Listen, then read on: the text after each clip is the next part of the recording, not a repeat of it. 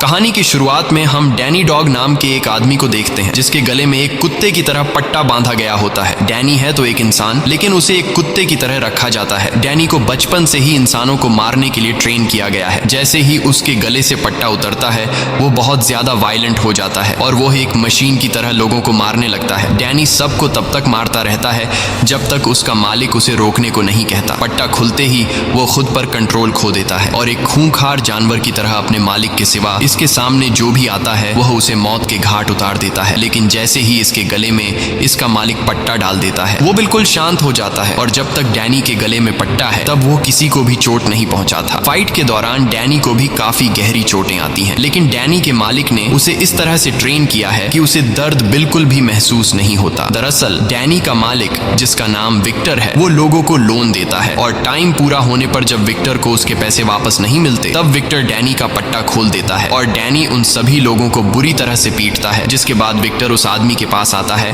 और उसे अपना पैसा वापस ले लेता है और उससे कहता है कि अगर अगली बार तुमने पैसे टाइम पर वापस नहीं लौटाए तो मैं डैनी को नहीं रोकूंगा। इसके बाद विक्टर डैनी को कुछ दूसरे लोगों के पास लेकर जाता है जिनसे विक्टर को पैसे लेने थे और जब वो लोग विक्टर का पैसा देने से इनकार करते हैं तो विक्टर डैनी के गले से पट्टा खोल देता है और यहाँ भी डैनी पूरी तरह से पागल होकर उन लोगों को पीटता है और विक्टर को उसका पैसा वापस दिला देता है। लेकिन डैनी विक्टर का इतना मुश्किल काम आसान करने के बावजूद भी विक्टर डैनी को बिल्कुल भी रिस्पेक्ट नहीं देता। वो डैनी को एक कुत्ते की तरह रखता है और हमेशा डैनी को एक कुत्ता समझकर डांटता रहता है। यहाँ तक कि डैनी को सोने के लिए रूम नहीं बल्कि उसे एक कुत्ते की तरह पिंजरे में बंद कर दिया जाता है। एक दिन फाइट करने के बाद जब डैनी वापस लौटा तो विक्टर का एक आदमी देखता है कि डैनी के सर से बहुत खून बह रहा था। तब वह आदमी अपने बॉस से कहता है डैनी को चोट लगी है, लेकिन विक्टर डैनी के जख्मों पर मरहम लगाने के बजाय कहता है कि इसे पट्टी दो और ये खुद ही अपने सर पर पट्टी लगा लेगा। लेकिन डैनी का दिमाग बिल्कुल बच्चों की तरह है और इस बेचारे को पता ही नहीं कि पट्टी को किस तरह से लगाया जाता है, क्योंकि उसने बाहर की दुनिया देखी ही नहीं और इसकी बचपन से लेकर अब तक की जिंदगी इसी पिंजरे में गुजर चुकी है। यहाँ वो पूरी तरह से अकेला रहता है, इसके साथ बात करने को कोई भी नहीं होता। रात को डैनी को अपने पिंजरे में एक किताब मिलती है जिसमें ABCD लिखी हुई होती है। वो एक एक पेज पलटकर उसमें बनी ड्राइंग देखने लगता है और तभी उसे एक पेज पर पियानो का ड्राइंग दिखता है। पियानो को देखकर वह उस ड्राइंग पर हाथ फेरने लगता है जैसे उसका पियानो से कोई पुराना रिश्ता हो। तभी विक्टर एक लड़की को लेकर आता है और विक्टर उस लड़की के साथ इंटीमेट होने ही वाला होता है कि तभी वह लड़की नीचे पिंजरे में डैनी को देख लेती है। डैनी को देखकर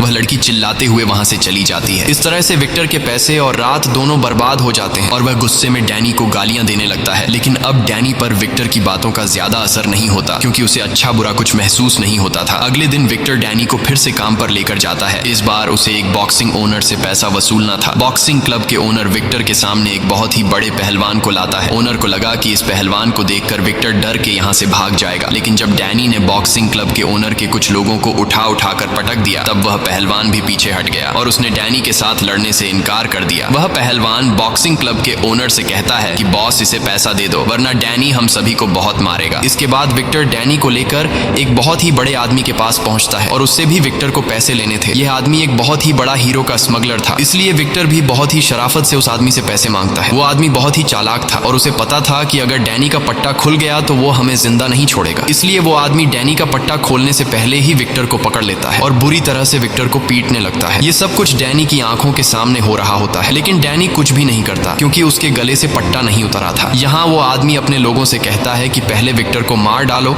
और उसके बाद डैनी को। यह कहकर वो आदमी वहां से चला जाता है और एक दूसरी पार्टी के साथ बिजनेस डील करने लगता है। वहीं विक्टर जैसे तैसे करके उन लोगों से खुद को छुड़ा लेता है और फौरन जाकर डैनी के गले से पट्टा खोलकर डैनी से कहता है कि इन सबको खत्म करो। पट्टा खुलते ही डैनी उन लोगों पर टूट पड़ता है और उन गुंडों को बुरी तरह मारता है। यहाँ और गुंडे भी आ जाते हैं पर डैनी उनको भी मार गिराता है। इसके बाद विक्टर डैनी को लेकर उस जगह पर जाता है जहाँ पर वो आदमी बिजनेस डील कर रहा था। वहां जाकर डैनी उस आदमी को पकड़ता है और उसे उठा कर फेंकता है। अब जाकर उस आदमी की सारी हेकड़ी निकल जाती है और वो आदमी विक्टर से कहता है कि तुम मुझसे जो चाहिए वह ले जाओ, बस मेरी जान डैनी से छुड़ा दो। विक्टर को पता था कि यह आदमी डायमंड और सोने का स्मगलर है, इसलिए वह सीधा जाकर उस आदमी के बैग में से सारा का सारा सोना और हीरा उठा लेता है। यहाँ हम टॉम नाम के एक आदमी को देखते हैं जो इल्लीगल फाइट्स करवाता था और वह डैनी के फाइटिंग स्किल्स को देखकर उससे काफी इंप्रेस हो जाता है। वही विक्टर को उस आदमी से पैसों के बदले में सोना और हीरा मिल चुका था, लेकिन फिर भी वह डैनी पर काफी गुस्सा होता है क्योंकि अंदर विक्टर गुंडों से मार खा रहा था और डैनी उसे बिना कुछ किए देख रहा था, इसलिए विक्टर के आदमी डैनी को लात मारकर गाड़ी में बिठा देते हैं और सीधा अपने अड्डे पर पहुंचते हैं। और वहां विक्टर अपने आदमियों से कहता है कि इसके सामने वो लोग मुझे पीट रहे थे, लेकिन ये वहीं पर खड़ा होकर मेरी पिटाई देख रहा था। विक्टर डैनी से कहता है कि तुम कभी भी नहीं सुधरोगे और जानवर ही रहोगे। बेचारा डैनी चुपचाप विक्टर की बातें सुन रहा था। इस तरह से दिन गुजरते हैं और विक्टर सजा के तौर पर कुछ दिनों के लिए डैनी पर खाना पीना बंद कर देता है। डैनी बेचारा भूखा प्यासा पिंजरे में बंद रहता है। कुछ दिनों बाद विक्टर डैनी को पिंजरे से बाहर निकालता है, क्योंकि आज विक्टर को एक आदमी से पैसे वसूलने थे।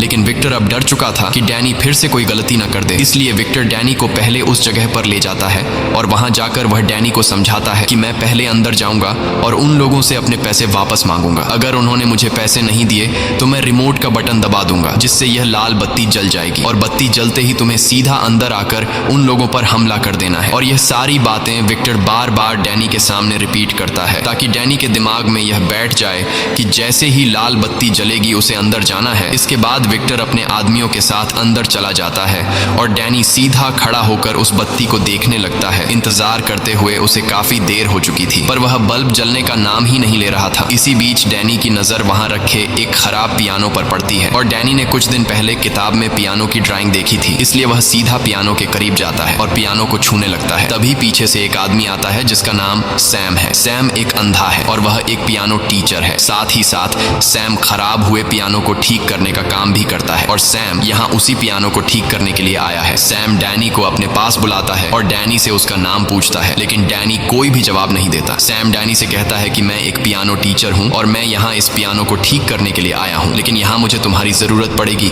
वह डैनी से कहता है कि मैं पियानो के दूसरे साइड पर जा रहा हूँ, जब मैं बटन दबाने को कहूँ तब तुम पियानो के बटन दबाना। इस तरह से डैनी पियानो बजाता है और पीछे से सैम पियानो का सुर ठीक करने लगता है। पियानो बजाते हुए डैनी को काफी मजा आ रहा था और इसी चक्कर में उसका ध्यान लाल बत्ती से हट जाता है। इसी बीच सैम डैनी से कहता है कि मेरे कानों में टिक टिक की आवाज आ रही है, क्या तुम्हें भी वो आवाज सुनाई दे रही है? ये सुनकर डैनी फौरन उस बत्ती की तरफ अपनी नजर घुमाता है और देखता है कि वह लाल बत्ती जल बुझ रही है। यह देखकर डैनी दौड़ते हुए सीधा विक्टर के पास पहुंचता है, लेकिन अब काफी देर हो चुकी थी। गुंडों ने विक्टर को पीट पीट कर उसका बुरा हाल कर दिया था। विक्टर अब डैनी पर काफी ज्यादा गुस्सा होता है, क्योंकि वह पिछले आधे घंटे से लाल बत्ती जला रहा था।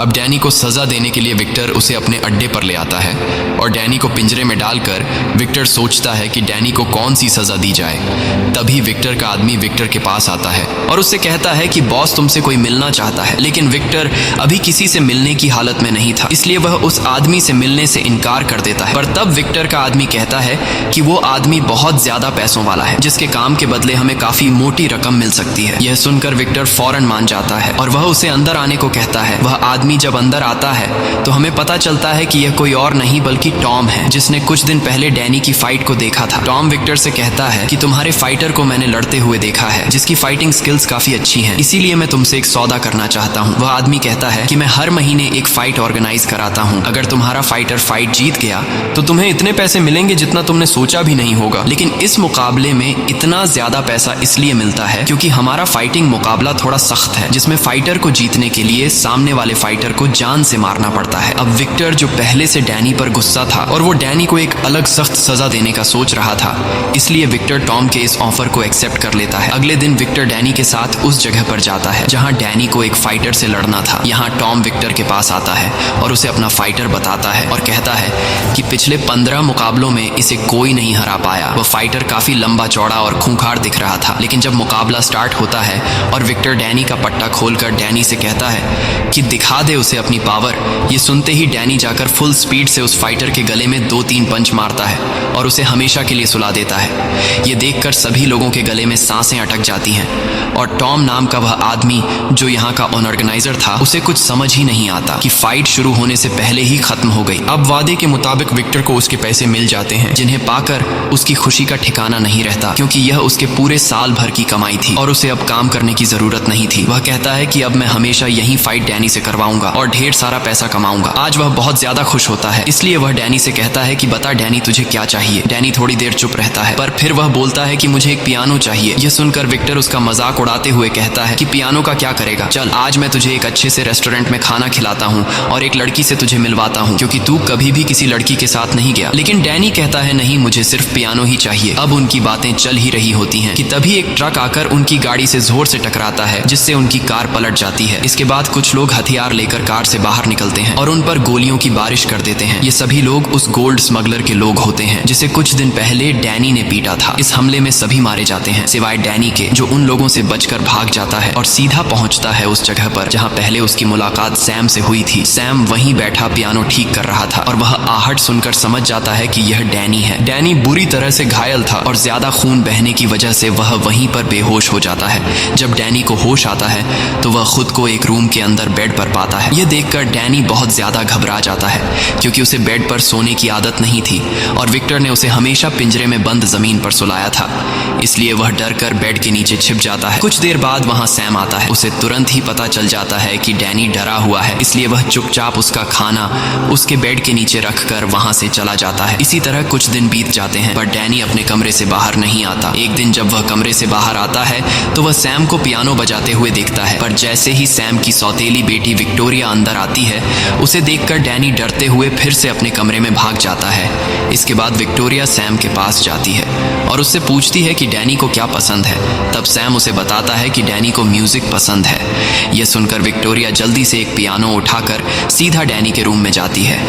तब डैनी बेड के नीचे छिपा होता है। विक्टोरिया उसे वो पियानो देकर चली जाती है। कुछ देर बाद जब सैम और विक्टोरिया डिनर कर रहे होते हैं तब डैनी खुद पियानो लेकर बाहर आता है। सैम डैनी से कहता है कि आओ हमारे साथ बैठो और सैम डैनी को खाना देता है, लेकिन सैम खाने को बहुत ही अजीब तरीके से खाने लगता है, जैसे कोई इंसान नहीं बल्कि कुत्ता खा रहा हो। यह देखकर विक्टोरिया समझ जाती है कि डैनी को खाने का तरीका नहीं आता, इसलिए डैनी उसे चम्मच से खाना सिखाती है। फिर भी डैनी बच्चों की तरह हरकतें करता है और वह सारा का सारा सूप एक ही सांस में पी जाता है। यह देखकर विक्टोरिया और सैम डैनी पर हंसते हैं। डैनी को कुछ समझ नहीं आ रहा होता कि यह दोनों क्यों हंस रहे हैं, इसीलिए डैनी भी उनके साथ जोर जोर से हंसने लगता है। खाना खाने के बाद जब डैनी अपने रूम में सोने के लिए जाता है तब वहां उसके पास सैम आता है और सैम उसके गले से पट्टा निकालने की कोशिश करता है, लेकिन जैसे ही सैम उसके गले की तरफ हाथ बढ़ाता है तब डैनी तुरंत सैम का हाथ रोक लेता है, क्योंकि उसे पता था कि पट्टा निकलते ही वह बेकाबू हो सकता है और कहीं गलती से वह सैम को नुकसान न पहुंचा दे। तब सैम भी उसे ज्यादा फोर्स नहीं करता और कहता है कि जब तुम्हारा मन हो तब तुम अपने गले से पट्टा उतार लेना। अगले दिन सैम डैनी को मार्केट लेकर जाता है ताकि डैनी सीख सके कि लोगों के साथ कैसे घुल मिलकर रहा जाता है। सैम उसे मार्केट में सामान खरीदना सिखाता है। सामान खरीदने के बाद जब यह दोनों घर पहुंचते हैं तब सैम डैनी को खाना पकाना सिखाता है। शाम को सैम डैनी से कहता है कि विक्टोरिया की अब कॉलेज से छुट्टी हो गई होगी, इसलिए तुम जाओ और विक्टोरिया को घर लेकर आओ। इसके बाद डैनी सीधे विक्टोरिया के पास जाता है। रास्ते में विक्टोरिया डैनी को आइसक्रीम खिलाती है और विक्टोरिया उसे सिनेमा में मूवीज देखने ले जाती है और साथ ही साथ विक्टोरिया उसे पियानो बजाना सिखाती है। सैम अपनी जिंदगी से काफी खुश था और अब वह लोगों के साथ घुल मिल रहा था। घर आकर रात को डैनी अलमारी में विक्टोरिया और उसके पेरेंट्स की फोटो देखता है। ये देखकर उसे पता चलता है कि विक्टोरिया सैम की सौतेली बेटी है। पूछने पर सैम उसे बताता है कि विक्टोरिया के पिता की एक कार एक्सीडेंट में मौत हो गई थी और विक्टोरिया का पिता मेरा अच्छा दोस्त था, इसीलिए उसके जाने के बाद विक्टोरिया की माँ और मैंने शादी कर ली। सब कुछ अच्छा चल रहा था, पर 1 साल बाद हमारा भी एक्सीडेंट हो गया जिसमें विक्टोरिया की माँ की मौत हो गई और मेरी आंखों की रोशनी चली गई। ये सुनकर डैनी को सैम और विक्टोरिया के लिए काफी बुरा लगता है। इस तरह से दिन गुजरते हैं और डैनी अब खुद को उनके फैमिली का मेंबर समझने लगता है। डैनी अब नॉर्मल होने लगता है, लेकिन अब तक ये दोनों डैनी के गले से उस पट्टे को उतार नहीं पाए थे। एक दिन विक्टोरिया डैनी के पास आती है और उससे बात करते हुए उसके गले में बंधे पट्टे को निकालने की कोशिश करती है, पर जैसे ही उसने उसे छुआ डैनी को डरावने ख्याल आने लगते हैं, क्योंकि पट्टा उतारते ही वह सबको मारने के लिए ट्रेन किया गया था। वह बहुत डरा हुआ था कि कहीं वह विक्टोरिया को चोट न पहुंचा दे। विक्टोरिया उसे कहती है कि तुम अब पूरी तरह से पुरानी यादें भूल चुके हो और बस यह आखिरी चीज है जिसे हटाकर तुम पूरी तरह से आजाद हो जाओगे। ये सुनकर डैनी विक्टोरिया से कुछ नहीं कहता और विक्टोरिया उसके गले से पट्टा उतार लेती है। पट्टा निकालने के बाद डैनी को कुछ नहीं होता। अब डैनी खुद पर काबू पाना सीख गया होता है और डैनी अब पूरी तरह से विक्टर की गुलामी से आजाद हो चुका होता है। अगले दिन सैम डैनी को फिर से अपने साथ मार्केट लेकर जाता है जहां यह दोनों शॉपिंग करने लगते हैं, पर तभी मार्केट में कुछ गुंडे घुसते हैं और वह गुंडे मार्केट में तोड़फोड़ मचा देते हैं, जिसे देखकर मार्केट में मौजूद सभी लोग डर कर भागने लगते हैं, लेकिन डैनी वहीं पर रुका रहता है। और जब वह गुंडे डैनी को मारने आते हैं तब डैनी एक एक करके उन सभी को धूल चटा देता है। वहां पर मौजूद सभी डैनी की फाइटिंग स्किल्स देखकर हैरान रह जाते हैं। घर आकर सैम उससे पूछता है कि यह सब तुमने कैसे किया, जिस पर डैनी सैम को अपनी पूरी स्टोरी बता देता है कि कैसे विक्टर नाम के एक आदमी ने मुझे कुत्ते की तरह रखा और मेरे साथ इतनी ज्यादती की। रात को सैम डैनी को अपने साथ काम पर लेकर जाता है जहां वो एक पियानो को ठीक करता है। पियानो को ठीक करते हुए सैम डैनी से कहता है कि जैसे ही विक्टोरिया की पढ़ाई पूरी हो जाएगी हम न्यूयॉर्क वापस चले जाएंगे। यह सुनकर डैनी उदास हो जाता है क्योंकि उसे लग रहा था कि ये लोग उसे अकेला छोड़कर चले जाएंगे। लेकिन तब सैम डैनी से कहता है कि मैं चाहता हूँ कि तुम भी हमारे साथ चलो, क्योंकि अब तुम भी हमारे फैमिली का हिस्सा हो और तुम्हारे बिना हमारी फैमिली अधूरी है। ये सुनकर डैनी काफी खुश हो जाता है और वो सैम को गले लगकर हाँ कर देता है। काम पूरा करने के बाद सैम डैनी को पैसे देता है और कहता है कि तुमने भी पियानो ठीक करने में मेरी मदद की है, इसलिए पैसों का आधा हिस्सा तुम्हारा है। जाओ, इन पैसों से तुम अपने लिए मार्केट में कुछ खरीद लो। इसके बाद डैनी सीधे शॉपिंग मॉल आता है और वो अपने लिए सामान खरीद लेता है। अब जैसे ही डैनी शॉपिंग मॉल से निकलकर घर जाने लगता है तभी उसके सामने विक्टर का एक आदमी आता है, जिसे देखकर डैनी परेशान हो जाता है और वो आदमी डैनी को पहचान लेता है और डैनी से कहता है कि इतने दिनों से तुम कहाँ थे, हम सब ने तुम्हें काफी ढूंढा। अब जब तुम मिल ही गए हो तो चलो मेरे साथ घर चलो, बॉस तुम्हारा इंतजार कर रहे हैं। डैनी अब अपनी इस नई जिंदगी में बहुत खुश था, इसलिए वो जाने से मना कर देता है। ये सुनकर वो आदमी बोला कि अगर तुम वापस नहीं आए तो बॉस तुम्हें ढूंढने के लिए गुंडे भेज देंगे और वो गुंडे तुम्हें किसी तरह ढूंढ कर मौत के घाट उतार देंगे, इसलिए तुम्हारा फायदा इसी में है कि मेरे साथ वापस चलो। अब न चाहते हुए भी डैनी वापस विक्टर के पास लौट आता है। विक्टर डैनी को देखकर बहुत खुश होता है क्योंकि डैनी उसे अमीर बनाने का एक जरिया था। दरअसल विक्टर उस दिन गोलीबारी में बुरी तरह से घायल हो गया था और उसे कई महीनों तक हॉस्पिटल में रहना पड़ता है। डैनी विक्टर के पास आते ही उससे पूछता है कि क्या आप मेरी माँ को जानते हो, जिस पर विक्टर ना में जवाब देता है और कहता है कि तू मुझे एक सड़क के किनारे पर अधमरी हालत में मिला था, मैंने तुझे पाला पोसा और तेरा ख्याल रखा, आज मेरी वजह से तू जिंदा है, नहीं तो तुम उस दिन सड़क के किनारे भूख और प्यास की वजह से मर जाते। विक्टर अपने फायदे के लिए आज डैनी से बड़े ही प्यार से बात करने लगता है क्योंकि पिछले कुछ महीनों में उसका जो नुकसान हुआ उसकी भरपाई सिर्फ डैनी ही कर सकता था। अगले दिन विक्टर फिर से डैनी के गले में पट्टा लगाकर उसे फाइट के लिए लेकर जाता है, जहां उनकी मुलाकात टॉम से होती है। टॉम कहता है कि आज हम फाइट का मजा और भी डबल करने वाले हैं क्योंकि आज फाइट के दौरान खतरनाक हथियार इस्तेमाल होंगे। टॉम उन्हें एक फाइटर दिखाते हुए कहता है कि आज डैनी को इसके साथ फाइट करना है, जिसने अभी ही कुछ देर पहले एक फाइटर की जान ली है। लेकिन विक्टर को कोई फर्क नहीं पड़ता कि सामने वाला जो भी हो, क्योंकि उसे पता था कि डैनी उसे बड़े आराम से मार देगा। अब यहाँ विक्टर डैनी के गले से पट्टा खोलकर डैनी से कहता है कि पोड़ दे साले को, पर डैनी आज फाइट करने के मूड में बिल्कुल भी नहीं था। वो बोला कि मैं किसी को चोट नहीं पहुंचाना चाहता। यह सुनकर विक्टर को गुस्सा आ जाता है और वो डैनी को धक्का देकर नीचे फाइट रिंग में धकेल देता है। अंदर गिरते ही वो डेडली फाइटर डैनी को मारने के लिए उस पर टूट पड़ता है, पर डैनी उससे लड़ने की बजाय सिर्फ बचने की कोशिश करता है। फाइटर डैनी पर जानलेवा हमले करता है लेकिन डैनी सिर्फ उसके वार रोकता है, पर वो फाइटर रुकने का नाम ही नहीं ले रहा था। ऐसा लग रहा था कि आज वो डैनी को मार कर ही रहेगा। इसीलिए डैनी गुस्सा होकर उसे पंच मारने ही वाला होता है कि तभी वो अपना हाथ रोक लेता है। यह देखकर टॉम विक्टर से कहता है कि तुम्हारा फाइटर क्या कर रहा है, वो तो लड़ ही नहीं रहा। यह सुनकर विक्टर एक कुल्हाड़ी उठाकर नीचे फेंक देता है और डैनी से कहता है कि मार डाल उसे, लेकिन डैनी उस कुल्हाड़ी को नहीं उठाता क्योंकि वो किसी की जान नहीं लेना चाहता। अब मौके का फायदा उठाते हुए वो दूसरा फाइटर कुल्हाड़ी उठा लेता है और डैनी पर वार करने लगता है, लेकिन डैनी सामने वाले फाइटर के पास कुल्हाड़ी होने के बावजूद भी बड़ी आसानी से खुद को उससे बचाता है। यह देखकर टॉम गुस्सा हो जाता है और विक्टर से कहता है कि मैं अब इस फाइट का मजा डबल करने वाला हूँ। यह कहते ही वो अपने कुछ और फाइटर नीचे रिंग में उतार देता है, जिससे डैनी के लिए खतरा और बढ़ जाता है और अब वो सभी फाइटर मिलकर डैनी को बुरी तरह से पीटने लगते हैं। वो उसे उठा उठाकर नीचे पटकते हैं, जिससे डैनी का सब्र टूट जाता है और वो फिर से अपनी पुरानी खूंखार हालत में आ जाता है, जिसके बाद डैनी एक एक को पकड़कर मारता है। यह देखकर टॉम और भी हथियार नीचे फेंकता है, लेकिन डैनी को अब इससे कोई फर्क नहीं पड़ता। वो तीनों मिलकर भी डैनी का कुछ नहीं बिगाड़ पाते। वो एक हथौड़ा उठाकर एक फाइटर की तो हड्डियां तोड़ देता है और दूसरे फाइटर पर मुक्कों की बरसात करके उसे बुरी तरह से घायल कर देता है। यह देखकर तीसरा फाइटर डर के मारे डैनी से लड़ना छोड़ देता है। अब जब तीनों फाइटर हार मान लेते हैं तब ऊपर से विक्टर डैनी को आवाज देता है कि इन तीनों को मार डालो, क्योंकि अगर डैनी इन तीनों को मार नहीं डालता तो रूल्स के मुताबिक विक्टर को पैसे नहीं मिलते। लेकिन यहाँ डैनी विक्टर की बात नहीं मानता और उन फाइटर को ऐसे ही छोड़ देता है।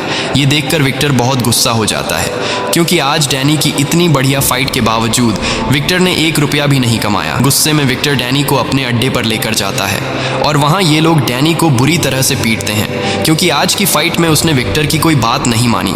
इसलिए विक्टर फिर से डैनी को पिंजरे में बंद कर देता है। दूसरी तरफ हम सैम और विक्टोरिया को देखते हैं। ये दोनों डैनी के लिए बहुत परेशान होते हैं कि डैनी आखिर कहाँ चला गया, और सबसे ज्यादा विक्टोरिया परेशान होती है। वो कहती है कि मैंने डैनी के गले से पट्टा भी उतार दिया था और वो अब हमारे साथ काफी खुश रहने लगा था। इन दोनों को पता नहीं था कि बेचारा डैनी फिर से कितनी मुश्किल हालत में फंस चुका है। अब हम डैनी को देखते हैं जो पिंजरे में बंद है और वो अब विक्टोरिया और सैम के साथ रहना चाहता है। उसे इस तरह की जिंदगी बिल्कुल भी पसंद नहीं है, इसलिए वो जैसे तैसे करके इस पिंजरे से बाहर निकलता है और सीधा पहुंचता है विक्टर के कमरे में, जहां जांचबीन करने के बाद उसे ढेर सारी फोटोज मिलती हैं। उन्हीं फोटोज के बीच उसे अपने बचपन की एक फोटो मिली जिसमें डैनी अपनी माँ के साथ खड़ा था। ये देखकर डैनी तुरंत ब्रैड के पास आता है और उसे कहता है कि तुमने तो कहा था कि मैं तुम्हें सड़क के किनारे मिला था, पर तुम्हारे पास मेरी माँ की फोटो कैसे आई? तब विक्टर डैनी से कहता है कि आज मैं तुम्हें सारी सच्चाई बता देता हूँ। विक्टर कहता है तेरी माँ एक वेश्या थी और वो हमेशा मेरे पास आती जाती रहती थी, लेकिन एक दिन उसकी मौत हो गई और मैं तुम्हारी माँ को पसंद करता था, इसलिए मैंने तुम्हें अपने बेटे की तरह पाला। ये सब सुनकर डैनी को समझ आ जाता है कि विक्टर झूठ कह रहा है, मेरी माँ एक वेश्या नहीं हो सकती। लेकिन उस वक्त डैनी शांत रहता है और वहां से चला जाता है। अगले दिन विक्टर डैनी को लेकर फिर से फाइट रिंग में जाने वाले होते हैं। तभी बीच रास्ते में डैनी कार का स्टीयरिंग मोड़ देता है, जिससे कार का बहुत बुरा एक्सीडेंट हो जाता है। उसके बाद डैनी ने अपने गले से वो पट्टा उतारा